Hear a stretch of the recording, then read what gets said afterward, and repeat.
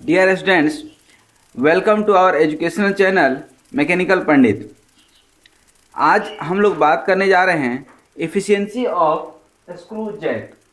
Basically last 4 to 5 videos में हमने screw Jack का हर एक बेसिक कॉन्सेप्ट्स कवर किया है। आप हमारे लास्ट लेक्चर में भी जा कर के देख सकते हैं। ये जो आपका अपना चैनल है मैकेनिकल पंडित, इसके थ्योरी ऑफ मशीन के प्लेलिस्ट में जाएंगे तो सारे वीडियोज इन सीक्वेंस आपको मिलेंगे। तो जस्ट इसके पिछले आप वीडियो में देखे थे कि ये हमारा स्क्रू जैक था और इसका हमने detail description with the hand sketch जो है आपको हमने बताया था। फिर हमने इसके कॉन्सेप्ट के साथ ही हमने बताया था कि इसका यदि किसी एक जो है थ्रेड्स को अलग करते हैं तो that will behave like an inclined plane, that means the frictional plane. और तब हमने निकाला था torque required to lift the load P equal to W10 alpha plus five. तो अब ये हमारा जो है आज जो हम लोग जा रहे हैं पढ़ने एफिशिएंसी ऑफ स्क्रू जैक, तो अब यहाँ पे थोड़ा सा हम लिखना चाहेंगे कि ये P इक्वल टू W10। अब ये कॉन्सेप्ट हम बता चुके हैं और ये आप देख भी रहे हैं, एक बार फिर से देख लीजिए कि ये इंक्लाइंड प्लेन है और टू लिफ्ट द लोड को लिफ्ट करने के लिए what amount of effort will be required. Further the torque required हम लोगों ने निकाला था, तो torque required P into D/2 और P क्या है, एफर्ट अप्लाइड। फिर से हम जो है रिपीट नहीं करेंगे पूरा, बट इन शॉर्ट आपको बता दें कि ये P था तो इसका दो component P cos alpha P sin alpha, और इधर जो है W जो लोड लग रहा है इसका दो कंपोनेंट sin अल्फा और cos अल्फा। और ये चूंकि मोशन कहाँ ऊपर है, लिफ्ट हो रहा है, तो जो है बैक डायरेक्शन में फ्रिक्शनल फोर्स लगेगा और ये सारे फ्रिक्शनल जो है फोर्सेस को along the plane and perpendicular to the plane resolve करने के बाद जो है हम लोगों ने लास्ट में ये निकाला था। तो अब हम यहाँ लिख सकते हैं टू लिफ्ट द लोड कितना आपका निकला, P equal to effort applied कितना आपने किया, W10 अल्फा प्लस 5। ठीक है, अब ये तो लोड लिफ्ट करने की बात आ गई। दूसरा हमने देखा था torque required to lower the load by screw jack. इसी को डाउन में जाना हो, ठीक है ना, नीचे करना हो तो क्या इक्वेशन होगा, what effort will be applied, that is P equal to W10 alpha minus 5 to lower the load. Effort applied क्या हो जाएगा P, और टॉर्क चूंकि पूछता है तो P इंटू D/2, और D क्या है, ध्यान दीजिए यहाँ पे D क्या है, that is the radius of body, cylindrical body जो है आपका स्क्रू थ्रेड का D। ये भी हमने बताया था कि आउटर का D नट होगा, ठीक है ना, और इनर का DC होगा कोर डायमीटर, और इसके जो बीच का होगा that is the pitch diameter, और पूरे जगह पे वही हम लोग लेते हैं। ठीक है, तो ये आपका to lower the lift P equal to कितना निकल गया आपका, देखिए यहाँ पे W और 10 अल्फा माइनस 5। तो टू लिफ्ट द लोड ये इक्वेशन निकला हमारा 1, और to lower the lift load ये हमारा इक्वेशन निकला। ठीक है दोस्त, अब इसके बाद हम ये जरा सा देखना चाहते हैं कि व्हाट जो है इसमें, देखिए एक चीज़ हम आपको बता दें फिर से कि इसमें जो भी टर्म यूज किए हैं that have very usual meaning. P जो है यहाँ एफर्ट अप्लाइड है यहाँ पे, फिर यहाँ पे P1 का हमने टॉर्क में कन्वर्ट किया था लीवर से, P1 इंटू L कर देंगे। और दूसरा जो है ये W क्या है, load lifted by the screw jack. Alpha is the helix angle, ये अल्फा ये जो है यहाँ से एंगल कितना बना रहा है आप देख सकते हैं, ये that is the helix angle, ठीक है ना, and phi is the angle of friction. ठीक है, अब इसमें एक टर्म आता है mu, that is the coefficient of friction. ठीक है, तो ये अब जो है हम थोड़ा सा अब यहाँ पे आते हैं, ये भी अभी हम आपके सामने रख रहे हैं क्योंकि कॉन्सेप्ट तो वहीं से सारे निकल करके आएंगे। ठीक है, अब ये देखिए टू लिफ्ट द लोड ये हमने W10 अल्फा प्लस 5 निकाला था। अब हम बात कर रहे हैं इफिशियंसी का, तो व्हाट इज द इफिशियंसी, ठीक है ना। तो इफिशियंसी बेसिकली जब हम इफिशियंसी की बात करते हैं तो efficiency is basically the ratio between the ideal effort to the actual जो है effort, ideal effort to the actual effort. अब बोलिएगा कि सर ये आइडियल एफर्ट क्या है और एक्चुअल एफर्ट क्या है, एफर्ट तो एफर्ट होता है। तो बिल्कुल आइडियल एफर्ट तब हम बोलते हैं जब कोई फ्रिक्शन नहीं है, दैट मीन्स कि surface are very smooth, that is the ideal effort. तो in case of ideal effort, ठीक है ना, in case of ideal effort आपका जो म्यू है वो क्या हो जाएगा, zero, mu zero, that means कि फाई जीरो हो जाएगा, angle of friction ten, phi zero हो गया, दैट मीन्स कि फाई जीरो हो गया। तो यहाँ पे आइडियल एफर्ट दैट मीन्स कि पी नट जब आप निकालेंगे, अब केस वन ले लेते हैं, किसके लिए, case one, to lift the load, load को आप क्या कर रहे हैं, लिफ्ट कर रहे हैं। तो जब लोड को आप लिफ्ट कर रहे हैं तो आइडियल एफर्ट क्या हो जाएगा आपका, चूंकि फाई क्या हो गया, जीरो, तो यहाँ पे P इक्वल टू क्या हो जाएगा, W टेन अल्फा, ठीक है ना। तो अब यहाँ पे आप निकालेंगे इफिशियंसी ऑफ स्क्रू जैक, तो आइडियल एफर्ट पी नट और एक्चुअल एफर्ट क्या हो गया, P। तो ये क्या हो जाएगा दोस्तों, देखिए W टेन अल्फा अपन W tan alpha plus five, देखिए तो ये क्या हो जाएगा, टेन अल्फा अपन टेन अल्फा प्लस फाइव, यही दो निकला। तो अब देखिए ये निकालने में आपको कहीं कोई दिक्कत नहीं है, तो that hence you can in जो है कैलकुलेट द इफिशियंसी। लेकिन अब यहाँ पे एक जो बहुत इम्पॉर्टेंट टर्म है, ध्यान रखिएगा, एक बहुत जो इम्पॉर्टेंट टर्म है, दैट इज द लोड। अब यहाँ पे लोड तो कहीं है ही नहीं और लोड ही लिफ्ट करना है, that means you can write here कि efficiency of screw jack of, efficiency of screw jack is independent of, क्या लिख सकते हैं, इंडिपेंडेंट ऑफ लोड। ये बहुत बड़ी बात है, ठीक है ना, क्योंकि कई बार हम लोग कैलकुलेट करने लगते हैं और सोचते हैं कि अरे लोड इतना दिया है तो इतना इफिशियंसी होगा, ठीक है ना, जबकि लोड पे ये डिपेंड ही नहीं करता है, ठीक है ना। अब यहाँ पे ध्यान दीजिएगा कि इस इफिशियंसी में सिर्फ हम लोग स्क्रू फ्रिक्शन कंसीडर किए हैं। यदि स्क्रू फ्रिक्शन और Kolar friction, Kolar that means ये जो ऊपर में आपका कोलार जो यूज हुआ है, इसके फ्रिक्शन को यदि हम कंसीडर करें तो क्या होगा, ठीक है ना, तो उसको जो है आप अलग से इसी में निकाल सकते हैं। इफिशियंसी आप निकालेंगे तो क्या हो जाएगा, torque required, torque required to lift the load, lift the load, neglecting friction, neglecting friction, friction को इग्नोर करके, और दूसरा क्या हो जाएगा, torque required to move the load, torque required to move the या टू लिफ्ट द, लिफ्ट लिख देते हैं, lift the load in actual condition. तो क्या हो जाएगा दोस्त इसका, टी नट अपॉन टी, यही होगा ना। ये क्या हो जाएगा, टी नट कितना होगा, हमने बताया है आपको क्या, P nut into D by two ideal effort अपन, अब ये एक्चुअल एफर्ट।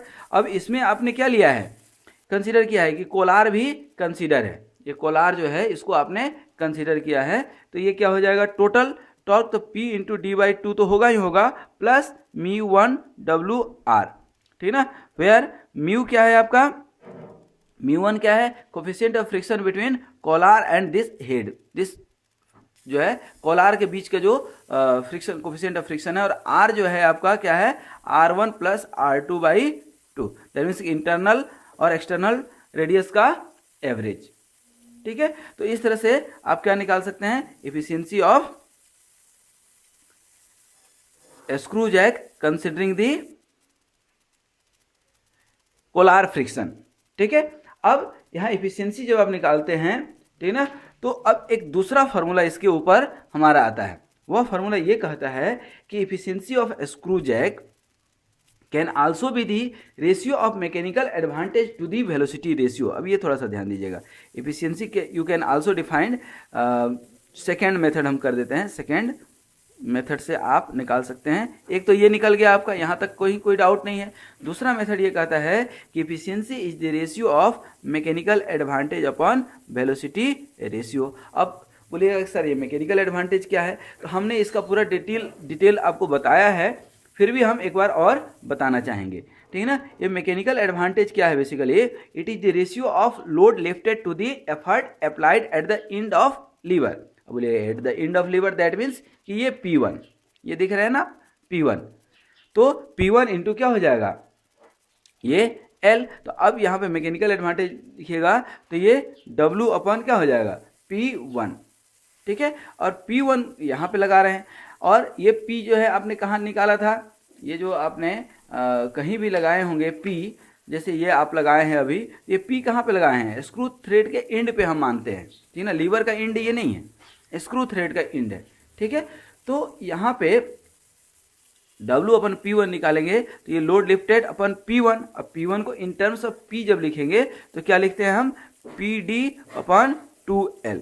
D क्या है, ये diameter of screw thread, diameter of screw thread. तो अब ये क्या हो जाएगा W into 2L, capital L या स्मॉल l जो भी लिखना है, P इंटू D, और P का वैल्यू आपको मालूम है, P का वैल्यू मालूम है, क्या हो जाएगा 2WL अपन P के आप निकाले हुए हैं, ठीक ना।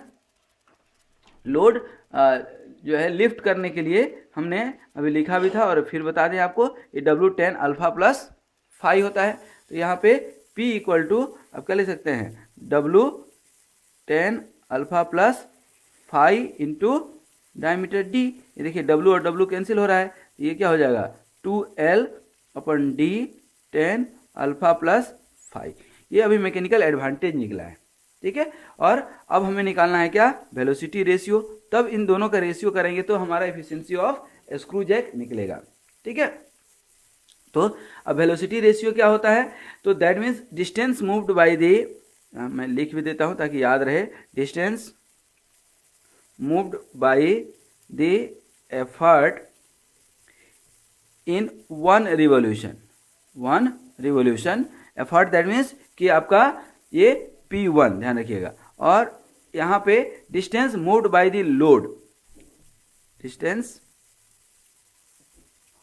Moved by load, that means कि जितना आप एफर्ट अप्लाई करेंगे, ठीक है ना, कोई जरूरी नहीं है कि यहाँ पे उतना ही लोड भी मूव हो जाए, ठीक है ना, क्योंकि देयर इज फ्रिक्शनल लॉसेस। तो यहाँ पे F जो है, यहाँ पे डिस्टेंस मूव्ड क्या हो जाएगा 2πL अपन ये क्या हो जाएगा P, ठीक है ना। हियर P इज बेसिकली क्या है आपका पिच, ठीक है। तो अब यहाँ पे निकालेंगे तो ये 2π और L रहेगा ही, L स्मॉल और कैपिटल मैं कई बार जो है लिख देता हूँ, तो ये सेम है दोनों, ठीक ना। और पिच को आप क्या लिख सकते हैं, पाई D इंटू 10 अल्फा, क्योंकि आप ध्यान दीजिए यहाँ पे हमने लिखा है 10 alpha equal to P upon pi D, तो P equal to 10 alpha into pi D, 10 alpha into pi D हम लिख सकते हैं। तो देखिए ये पाई और पाई क्या हो गया कैंसिल, तो ये क्या बच गया आपका 2L अपन D इंटू 10 अल्फा हो गया। अब यहाँ पे आप निकाल लीजिए क्या इफिशियंसी क्या निकाले हैं, मैकेनिकल एडवांटेज अपन वेलोसिटी रेशियो। तो मैकेनिकल एडवांटेज कितना है ये 2L अपन D 10 अल्फा प्लस 5, और ये वेलोसिटी रेशियो कितना है आपका 2L D इंटू 10 अल्फा। तो देखिए तो ये D और D कैंसिल हो रहा है, 2L और 2L कैंसिल हो रहा है, तो क्या बच गया आपका यहाँ पे ऊपर में चले जाएगा 10 अल्फा अपन 10 अल्फा प्लस 5। यही हो गया एफिशिएंसी ऑफ स्क्रू जैक। तो ये आपका निकल गया दोस्त एफिशिएंसी ऑफ स्क्रू जैक, ठीक है। तो ये क्या हो गया एफिशिएंसी ऑफ स्क्रू जैक। लेकिन अब इसमें वेरिएबल क्या है, ध्यान देने वाली बात है कि what are the variables in this equation, ठीक है। तो अब वेरिएबल यदि पता हो तो you can find here the maximum efficiency. अभी तक तो हम इफिशिएंसी निकाल रहे थे, ठीक है ना, यहाँ पे अभी तक क्या निकाल रहे थे efficiency of the screw jack. अब क्या निकाल सकते हैं आप maximum efficiency of the screw jack, maximum efficiency of screw jack, ठीक है। अब यहाँ पे maximum efficiency of screw jack में आप ध्यान दीजिए कि यहाँ वेरिएबल इफिशिएंसी क्या निकला, आप ध्यान दीजिए। तो पहले क्या निकला यहाँ पे 10 अल्फा अपन 10 अल्फा प्लस 5, 10 अल्फा अपन 10 अल्फा प्लस 5, ठीक है। अब यहाँ पे आपका इफिशिएंसी तो निकल गया 10 अल्फा अपन 10 अल्फा प्लस 5, ठीक है। अब यहाँ पे आपको क्या निकालना है मैक्सिमम इफिशियंसी, ठीक ना। अब मैक्सिमम इफिशियंसी यदि हम निकालना चाहें तो इसमें वेरिएबल कौन सा है ये हमें थोड़ा सा ध्यान देना पड़ेगा, ठीक है। अब यहाँ वेरिएबल जो है, आप यहाँ ध्यान दीजिए थोड़ा सा, ये फाई भी चेंज कर सकते हैं और अल्फा भी चेंज कर सकते हैं, एंगल ऑफ फ्रिक्शन और ये हेलिक्स एंगल। तो एक तरह से देखें तो दोनों ही फिक्स है, जब स्क्रू डिजाइन करते हैं तो दोनों अपने आप में फिक्स हो जाते हैं, ठीक है। तो अब यहाँ पे डिफ्रेंशिएट करने के बजाय थोड़ा सा इसको हम बाइफर्केट करने की कोशिश करेंगे, ब्रेक करने की कोशिश करेंगे। टेन अल्फा इक्वल टू क्या लिख सकते हैं आप, साइन अल्फा अपन कॉस अल्फा, और ये साइन अल्फा प्लस फाई अपन कॉस अल्फा प्लस फाई, ये क्या हो जाएगा आपका साइन अल्फा, और ये ऊपर चले जाएगा into cos alpha plus phi अपन क्या हो जाएगा कॉस अल्फा इंटू साइन ये वाला अल्फा प्लस फाई, ठीक ना। इसको ऊपर नीचे दोनों से 2 से मल्टीप्लाई कर सकते हैं। क्यों हम कर रहे हैं, to get it 2 sine A sine B, 2 sine A cos B, 2 cos A sine B का फार्मूला, ट्रिग्नोमेट्रिक फार्मूला जो है हम यहाँ पे सेट करेंगे, क्योंकि ये फार्मूला आपको मालूम होगा 2 sine A cos B equal to क्या होता है साइन ए प्लस बी और plus sine A minus B, ये फार्मूला होता है हमारा। ये दोनों जगह हमारा सेट कर जाएगा ये फार्मूला। देखिए अब हम ये फार्मूला पे इस पे हम इफिशियंसी निकाल सकते हैं, तो निकालेंगे तो क्या होगा दोस्त बताइए। ये जो है आपका sine alpha plus phi, that means कि 2 अल्फा प्लस फाई, ठीक है, और जो 2 अल्फा प्लस फाई और साइन ए कॉस भी है, ठीक ना। तो यहाँ क्या हो जाएगा साइन ए की जगह पे क्या होगा माइनस, इसको यदि हम कर लेते हैं तो एक माइनस जाएगा और एक प्लस जाएगा, तो minus sine alpha minus phi. देखिए ये ए माइनस बी होता तो हम डायरेक्ट माइनस ले लिए हैं, तो यहाँ आपको शो कर देते हैं। चलिए हम प्लस ले लेते हैं इस फॉर्मूला के तहत, तो क्या होगा अल्फा माइनस फाई होगा कि नहीं। और यहाँ पे क्या हो जाएगा, ये कॉस वाले केस में यहाँ भी होगा साइन 2 अल्फा प्लस फाई और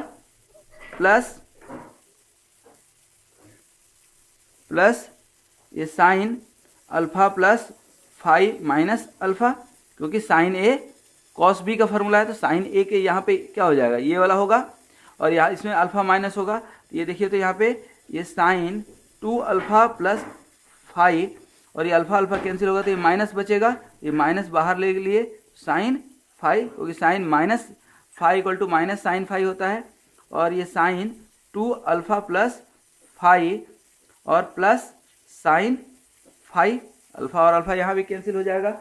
अब यहाँ ध्यान देने वाली बात है कि इफिशियंसी का वैल्यू कब मैक्सिमम होगा, जब ये वैल्यू आपका मैक्सिमम हो और ये ओवरऑल क्या हो मिनिमम हो। यही 2 ऑप्शन है आपके पास, ठीक ना। तो ये तो प्लस में आप कुछ कर नहीं सकते, इसमें जो कर सकते हैं कि ये वैल्यू आप ज़्यादा से ज़्यादा बढ़ा लें, और ये वैल्यू ज़्यादा से ज़्यादा क्या हो सकता है साइन 2 अल्फा प्लस फाई का मैक्सिमम वैल्यू क्या हो सकता है 1, that means 2 alpha plus phi क्या हो जाएगा 90 डिग्री, ठीक है। तो यहाँ पे आप अल्फा निकालेंगे यदि तो क्या हो जाएगा 90 माइनस 5/2, दैट मीन्स कि 45 डिग्री माइनस 5/2, यही होगा ना। तो अब यहाँ पे अल्फा का वैल्यू 45 माइनस 5/2 रख दीजिए, तो अब फाइनल इफिशियंसी यहाँ पे आपको निकल करके आ जाएगा। क्या निकल करके आएगा दोस्त बताइए, यहाँ पे साइन 2 अल्फा प्लस फाई, तो 2 अल्फा यहाँ पे 2 अल्फा प्लस फाई है, तो सीधा साइन 90 डिग्री हम लिखे, यहाँ क्या लिखे sine 90 degree minus sine phi, और यहाँ पे क्या रखे sine 90 minus plus sine phi. तो यहाँ मैक्सिमम इफिशियंसी क्या निकल करके आया, ये sine 90 minus 1 minus sine phi अपन 1 प्लस साइन फाई, ये आपका निकल गया मैक्सिमम इफिशियंसी। तो इफिशियंसी कभी निगेटिव नहीं जाएगा, क्योंकि ये तो कभी निगेटिव वैल्यू आएगा नहीं दोस्त।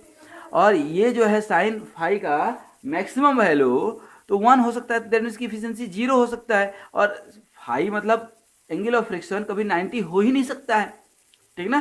तो इफिशियंसी हमेशा क्या आएगा आपका, पॉजिटिव ही आएगा, ठीक है। तो ये हमारा था इफिशियंसी ऑफ स्क्रू जैक, ठीक है। तो हमने देखा कि स्क्रू जैक में किस तरह से टॉर्क लिफ्ट करने के लिए हमने ये इफिशियंसी निकाला। ठीक उसी तरह से लोअर दी लोड में भी, ये लोअर दी लोड का भी अभी इफिशियंसी हम निकालेंगे, जिसको ओवरहॉलिंग एंड जो है self locking of screw jack अभी हम नेक्स्ट वीडियो में कवर करेंगे। तो वो तो कवर करेंगे, लेकिन इसको भी आप निकाल सकते हैं। तो यहाँ तो अल्फा 0 हो जाएगा तो कोई दिक्कत, सॉरी फाई 0 होगा तो कोई दिक्कत ही नहीं है, ठीक है। तो ये हमारा था इफिशियंसी ऑफ स्क्रू जैक, जो हमने आपको निकाल करके बताया कि कैसे ये इफिशियंसी ऑफ स्क्रू जैक आपने निकाला। और इसमें एक मेथड जो हमने बताया था मैकेनिकल एडवांटेज के हेल्प से, तो वो भी देख लीजिए। ये मैकेनिकल एडवांटेज अपन वेलोसिटी रेशियो, ये मैकेनिकल एडवांटेज हमने कैसे निकाला था, ये हमने आपको बताया था। और मैकेनिकल एडवांटेज निकालने के बाद हमने maximum efficiency of screw jack भी डिस्कस किया था। तो thank you very much for watching this video, and must share and link this video with your classmate and see the further video about the screw jack. This will be last topic of our screw jack. तो वहाँ पे हमने summarise भी जो है किया है, तो इसको ज़रूर आप देखिएगा, ठीक ना। तो thank you very much for watching this video.